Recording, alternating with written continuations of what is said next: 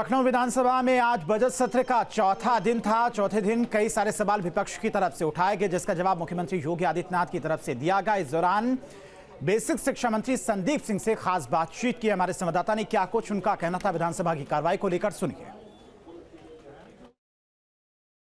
हमारे साथ यूपी सरकार के मंत्री संदीप सिंह हैं। संदीप जी, जिस तरीके से कल का बजट और खासतौर पे अगर कहा जाए छात्राओं के लिए, जो लड़कियां हैं उनके लिए स्कूटी की जो योजना है, सबके मन में ये है कि आखिर ये कैसी योजना है, किस तरीके से और किन लोगों को मिलेगा, क्या बढ़ावा दिया जाएगा, क्या कहीं ये दिल्ली की तर्ज पे फ्री बीज तो नहीं है? देखिए, इसको अगर आप फ्री बीज से जोड़ेंगे तो मुझे लगता है कि ये कहना गलत होगा। ये उत्तर प्रदेश का जो बजट है, ये आत्मनिर्भर उत्तर प्रदेश की संकल्पना को साकार करने के लिए और अंत्योदय की जो विचारधारा, जिस विचारधारा के साथ में हमारी सरकार निरंतर कार्य कर रही है, इसको साकार करने के लिए और $1 ट्रिलियन इकॉनमी का जो हमारा लक्ष्य है उत्तर प्रदेश की इकॉनमी को पहुंचाने का, उसको चरितार्थ और साकार करने की दिशा में इस बजट को बना करके तैयार किया गया है। जहां तक आपने बात करी हमारे युवाओं के भविष्य की, तो मैं बताना चाहता हूं कि उत्तर प्रदेश के इस बजट में 1,06,000 करोड़ से भी अधिक की धनराशि केवल और केवल शिक्षा के लिए समर्पित पूरी तरह से की गई है, जिसके लिए हम सब लोग ये सारी चीज़ों से भली भांति वाकिफ़ हैं कि आने वाला समय उत्तर प्रदेश के जो नई युवा पीढ़ी है, उसको हम जब तक सारी सुविधाओं के साथ में नहीं जोड़ेंगे, बेहतर शिक्षा के साथ में नहीं जोड़ेंगे, तब तक हमारा प्रदेश जो हम सब लोगों ने लक्ष्य लिया है $1 ट्रिलियन इकॉनमी का, उसको हम सब लोग पा नहीं पाएंगे। इसीलिए हम सब लोग शिक्षा की ओर पूरी तरह से फोकस करते हुए हर एक सुविधा अपने युवाओं तक पहुंचाने का कार्य कर रहे हैं। जहां तक आपने बात करी हमारी बालिकाओं को स्कूटी पहुंचाने के लिए, तो मुझे लगता है कि ये एक बहुत ही अच्छी व्यवस्था है। इसको फ्रीबीज के साथ नहीं जोड़ना चाहिए।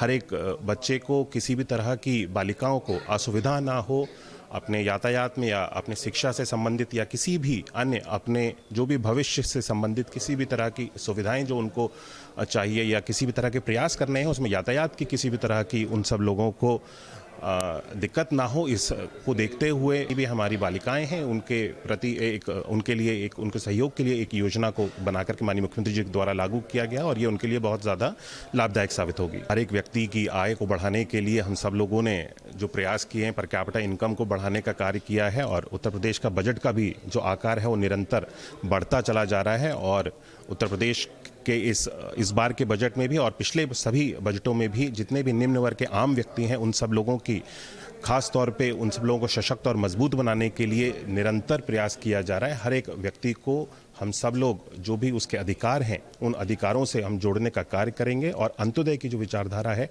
इसको हम सब लोग पूर्ण रूप से साकार करके दिखाएंगे। वीडियो जर्नलिस्ट सैफुल हसन के साथ आलोक पांडे, न्यूज स्टेट, लखनऊ। और बजट सत्र के चौथे दिन विपक्ष की तरफ से महंगाई का मुद्दा सदन में उठाया गया। इस दौरान हमारे सहयोगी ने एसपी विधायक आरके वर्मा से खास बातचीत की है सत्र की कार्रवाई को लेकर। क्या कुछ उनका कहना है, सुनिए।